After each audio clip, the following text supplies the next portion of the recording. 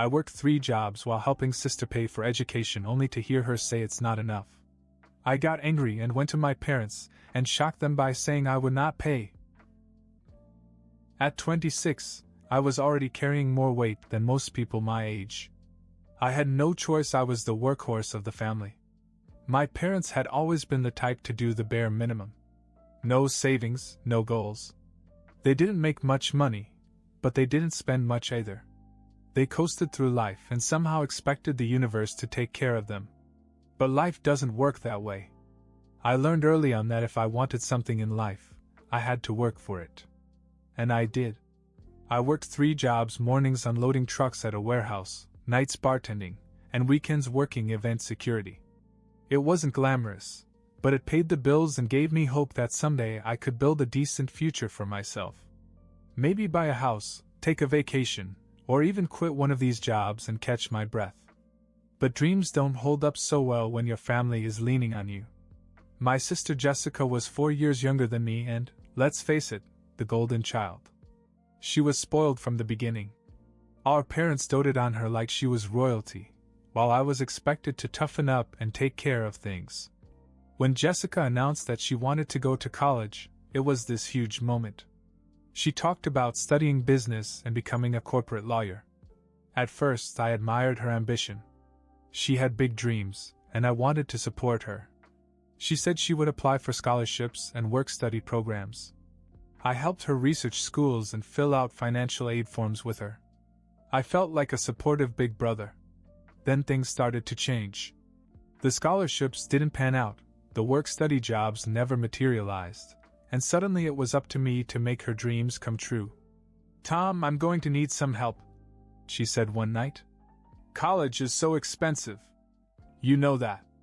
Of course I knew. I didn't have the luxury of going to college myself because I had to start working right out of high school. But I figured if I could help Jessica avoid some of the struggles I'd gone through, it would be worth it. I told myself it would only be for a year or 2. I paid for her tuition, books, and dorm fees. She promised to get a job to help with the rest. But the job never came. Instead, the requests for money came. "Tom, I need new supplies. My professors say these supplies are required. Tom, my laptop just died. I can't do my assignments without a new one. Tom, everyone else has a car. It's really hard for me to get around without one." Each time it was something new. And each time I gave in, thinking I was being helpful. I told myself it was temporary, that once she graduated and got a good job, she'd be on her own. But with each call and each payment, I felt myself slipping further into debt and exhaustion. Then came the breaking point. Jessica called me one afternoon just as I was leaving my warehouse job. I was covered in sweat and dirt, ready to pass out from exhaustion. She started talking about how she needed more help. I barely heard half of it before she said, "I really need a car. It's too hard to walk everywhere. I can't be successful like this." I felt a wave of anger rise in me. "A car? Are you serious? Jessica, I'm working 3 jobs so you can go to school. Do you have any idea what this is doing to me?" She sighed as if I was being dramatic. "Tom, come on. It's not enough. I can't live like this anymore." The words echoed in my head. It's not enough. I had sacrificed my time, my health, and my own dreams for her, and now she had the audacity to tell me it wasn't enough. Something inside me snapped. "Jessica, no. I'm done," I said. "Figure it out for yourself." There was silence on the other end of the line. "What do you mean, done? You can't just stop helping me. You said you'd support me through college." "I said I'd help. I didn't say I'd ruin my life for you." She hung up, and I knew exactly what would happen next. She was going to run straight to Mom and Dad. Sure enough, my phone blew up that night with texts from my mom. "Why are you upsetting your sister? She needs you right now. You can't leave your family like this." I ignored them all. The next day, I decided to face this head on. If Jessica and my parents thought they could milk me forever, they were in for a shock. I drove to my parents' house, where Jessica still lived. It was time to have a serious talk with all of them. I wasn't going to continue this charade. It wasn't going to end well for them. I showed up at my parents' house the next morning, ready for war. Jessica was already there, pouting on the couch. My mom and dad were in the kitchen, both with that look on their faces, the one that silently accused me of being the bad guy before I even said a word. "Tom, you really upset your sister," my mom began. "Of course I did. Because apparently working 3 jobs isn't enough to keep her happy." Jessica rolled her eyes. "It's not about being happy. It's about having what I need to be successful. You wouldn't understand." I almost laughed. "You want to talk about not understanding struggle? I've sacrificed everything to keep you in school while you sit back and ask for more every time I turn around. And now you think you deserve a car, too? You don't care about my future. You just want to control me." She shot back. "Control you? I'm done helping you, Jess. That's not control, that's standing up for myself." That's when my dad jumped in. "You're being dramatic, Tom. It's your responsibility to help the family. We all have to stick together. Funny how you suddenly believe in responsibility." I snapped. "Where is your responsibility, Dad? You've been sitting around for years expecting me to take care of everything." Mom gasped. "How dare you talk to your father like that? We raised you better." "No, you didn't. You raised me to be your backup plan because neither of you ever had one." Before things could escalate any further, the front door suddenly swung open and my Aunt Linda walked in with her usual dramatic flair. "What the hell is going on in here?" she demanded, glancing between us. "Oh, great," I muttered. Aunt Linda was my mom's younger sister, and she had a knack for getting involved in other people's problems. She had Jessica's back no matter what, and she wasn't shy about telling me I needed to step up. Linda didn't waste any time taking sides. "Tom, you have to stop being so selfish. Your sister is trying to better herself. Isn't that what you want? For your family to succeed?" "Don't start, Linda," I said through clenched teeth. "You don't know the half of what's going on." "Please, I know exactly what's going on. You're acting like a martyr instead of doing what any decent brother would do," she said, crossing her arms. "Jessica needs support, not lectures." I was about to lose it when I heard another voice from behind her. "You're wrong, Linda. Tom has done more than enough." Everyone turned to see my grandmother standing in the doorway. I hadn't even realized she was coming over. Unlike Aunt Linda, my grandmother wasn't one to put up with anyone's crap, including my parents. She had a soft spot for me because she knew how hard I'd worked over the years. "Mom, this is none of your business," my mother said nervously. "It concerns me when you and Linda gang up on Tom like he's some kind of villain. He's carried this family for years. And now you're all upset because he finally said no?" Aunt Linda scoffed. "Oh, come on. He's being dramatic. No one forced him to take on all this responsibility. Did they?" Grandma shot back. "You were all too comfortable letting him do everything." Well, that's over now. For a moment I felt a wave of relief. Someone finally understood what I'd been going through. But the relief was short-lived. Aunt Linda wasn't going to go down without a fight. "Tom is just bitter," Linda said. "And now he's taking it out on his sister. He's probably just jealous that she has a chance to make something of herself." "Jealous?" I repeated, stunned. "Of what? Of being broke and working myself into the ground while she coasts through life?" "Stop it, all of you," Jessica shouted as she stood up. "I'm sick of it. If you all care so much about family, then you should want to help me. I didn't ask to be born into a family where I have to beg for everything." This struck a nerve with Grandma. "Oh, don't you dare play the victim, young lady. You're not entitled to Tom's money or anyone's, for that matter. You want a car? Earn it." Jessica crossed her arms and glared at me. "Fine. If you're not going to help, don't expect me to take care of you when I'm successful." I shook my head. "I don't need you to care. I'm done with all that. And while we're on the subject of money, I think it's time we had a bigger conversation." Everyone froze. They knew something serious was about to happen. I took a deep breath and dropped the bombshell. I'm tired of paying for everything. Jessica's school, your bills, all of it. And you know what else? I'm selling this house. My mom's face went pale. What? You bought this house for us. You can't just sell it. Oh, I can. And I will. You've taken me for granted for too long. You want to survive? Figure it out for yourselves. I'm not your lifeline anymore. The room erupted into chaos. My parents yelled at each other, and Linda tried to argue with Grandma, and Jessica stormed off in tears. I stood there and let them all scream, feeling strangely calm for the first time in years. That was just the beginning of the fallout. I had just declared war on my own family, and things were about to get a whole lot messier.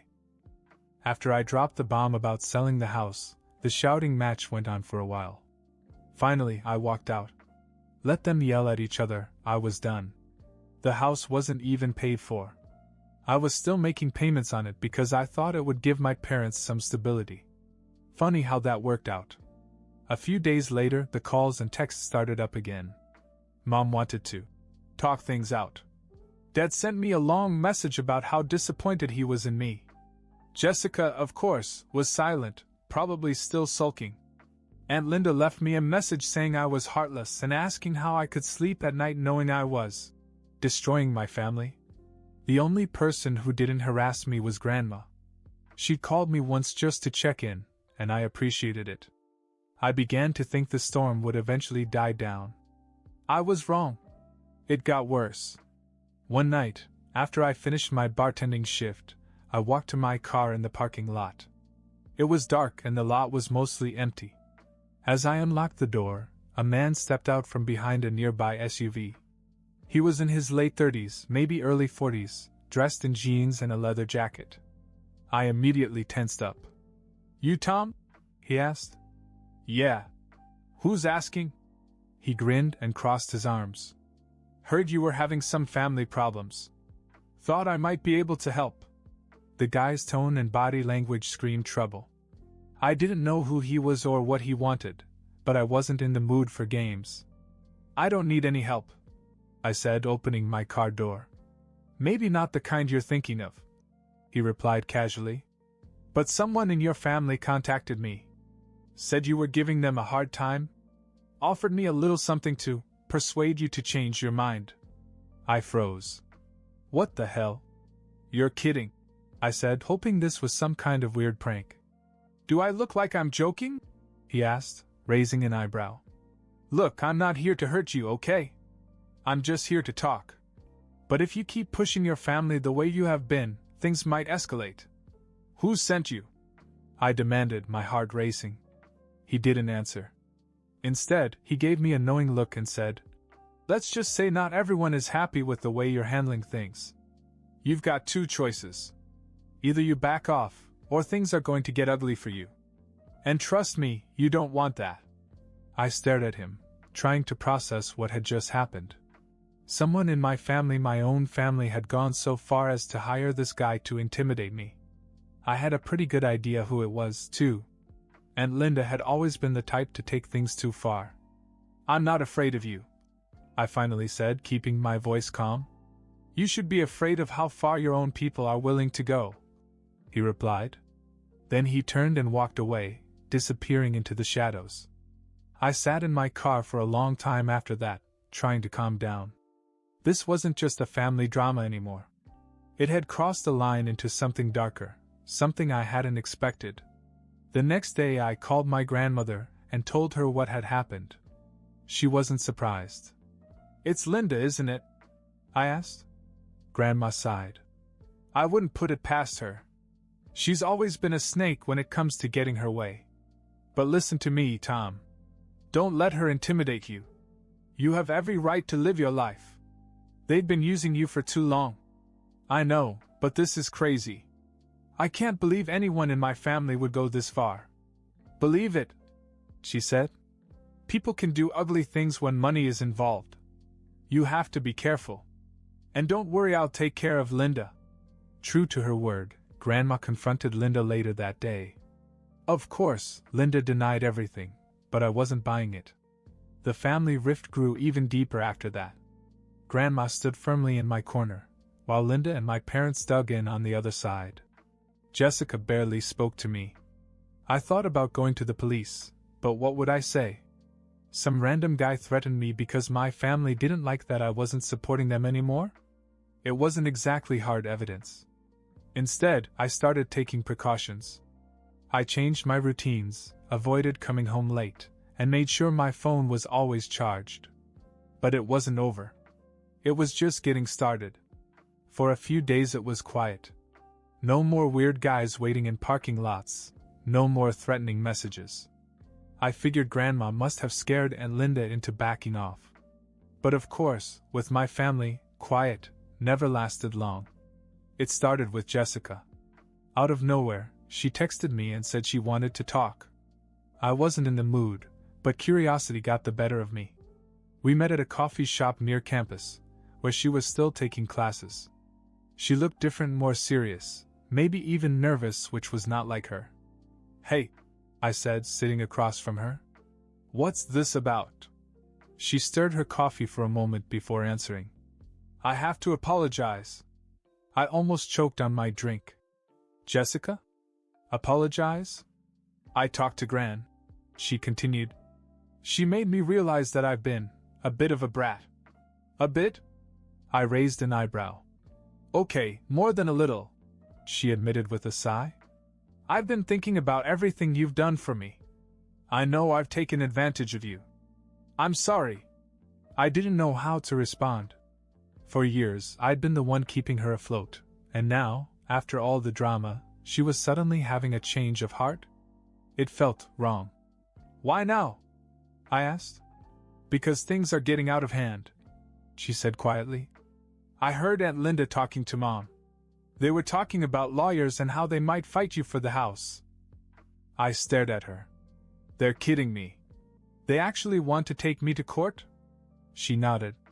"They think you're bluffing about selling it. Aunt Linda has a guy who owes her a favor. She's trying to see if she can get you into legal trouble to stop you." Unbelievable. I leaned back in my chair and let the anger wash over me. This was exactly the kind of petty, underhanded move Linda would make. "So what, you want me to make peace with them? Forget about selling the house?" "No," Jessica said firmly. "I think you should do what's best for you. I don't want to be a part of it anymore. I'm tired of the fighting. I'll figure out how to finish school without your help." I studied her for a moment. She actually looked sincere. Maybe Grandma had gotten through to her after all. "All right," I said. "Good. But you'd better keep it that way, Jess. I'm not getting sucked back into this mess." "I won't," she promised. For once, I believed her. Later that night, I got a call from Grandma. "I heard you talked to Jessica," she said. "Yes, and I think she's finally waking up." "Good," Grandma said. "But don't get too comfortable. Linda's been stirring up more trouble. She came over here today, ranting about how she's going to teach you a lesson. I told her she was being silly, but you know how she is." "Yeah, I know," I muttered. "She doesn't know when to stop. She's desperate," Grandma warned. "And desperate people do stupid things. You have to stay one step ahead of her." She wasn't wrong. The next day, I was served with legal papers. Aunt Linda had actually gone through with it. She was trying to block the sale of the house.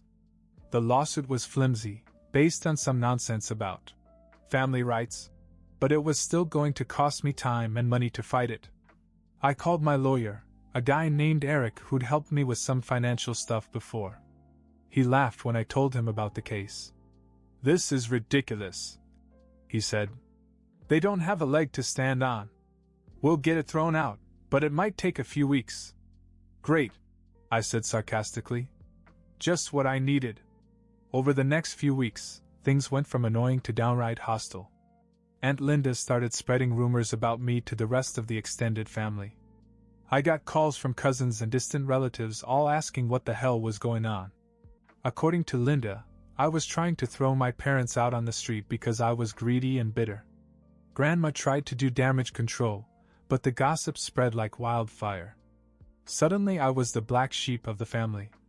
People who hadn't spoken to me in years were now calling to criticize me. It was crazy. But the real kicker came one night when someone broke into my car. They didn't take anything, they just smashed the windows and slashed the tires. I knew it wasn't a random act. It was a message. This wasn't just a family feud anymore. It was turning into an all-out war. The conflict spiraled further than I could have ever imagined.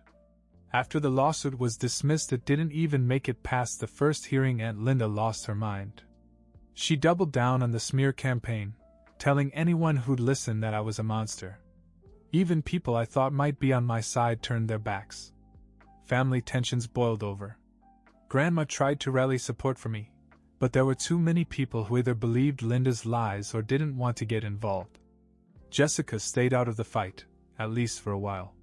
She kept her word and got a part-time job. For a brief moment, I thought she might be the only one who understood me.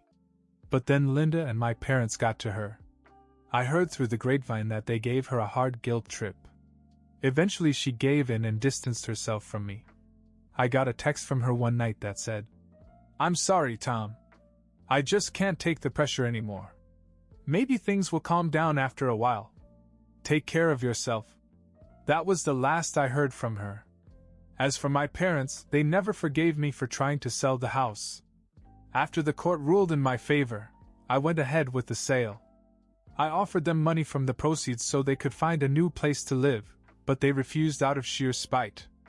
Instead, they moved back into the tiny, rundown house we'd grown up in. They told everyone that I had abandoned them. From that point on, I was dead to them. Even Grandma, who had stood by me all along, finally got tired of the drama. "I love you, Tom," she told me one day. "But this fight is tearing the family apart. I need peace in my old age. I can't do this anymore." I understood. I didn't blame her. But the truth hit me like a brick. I had no family left. Linda, Jessica, my parents, and all of my extended family had completely cut me off. My phone stopped buzzing with texts and calls. The silence was deafening at first, but I came to appreciate it. I sold the house and paid off my debts. With that weight lifted, I finally had room to breathe. For the first time in years, I wasn't working 3 jobs. I cut back to 1 job bartending and started focusing on myself. I even took a weekend trip out of town, something I'd never had the time or money to do before. It's been over a year now. No one has reached out. Not my parents. Not Jessica. Not even Aunt Linda, who probably still hates me with a passion. I've come to terms with it. I'm no longer the family scapegoat or workhorse. I'm free. It's a lonely kind of freedom, but I've learned to live with it. I've even made some new friends, real friends who don't see me as a walking ATM. Looking back, I sometimes wonder if I could have handled things differently. Maybe if I'd set boundaries earlier, things wouldn't have blown up the way they did. But deep down, I know it wouldn't have made much difference. My family never saw me as a person. I was just a tool to them, a way to solve their problems. I'll probably never have a relationship with them again. But you know what? I don't need them anymore. For the first time in my life, I'm putting myself first. And it feels good.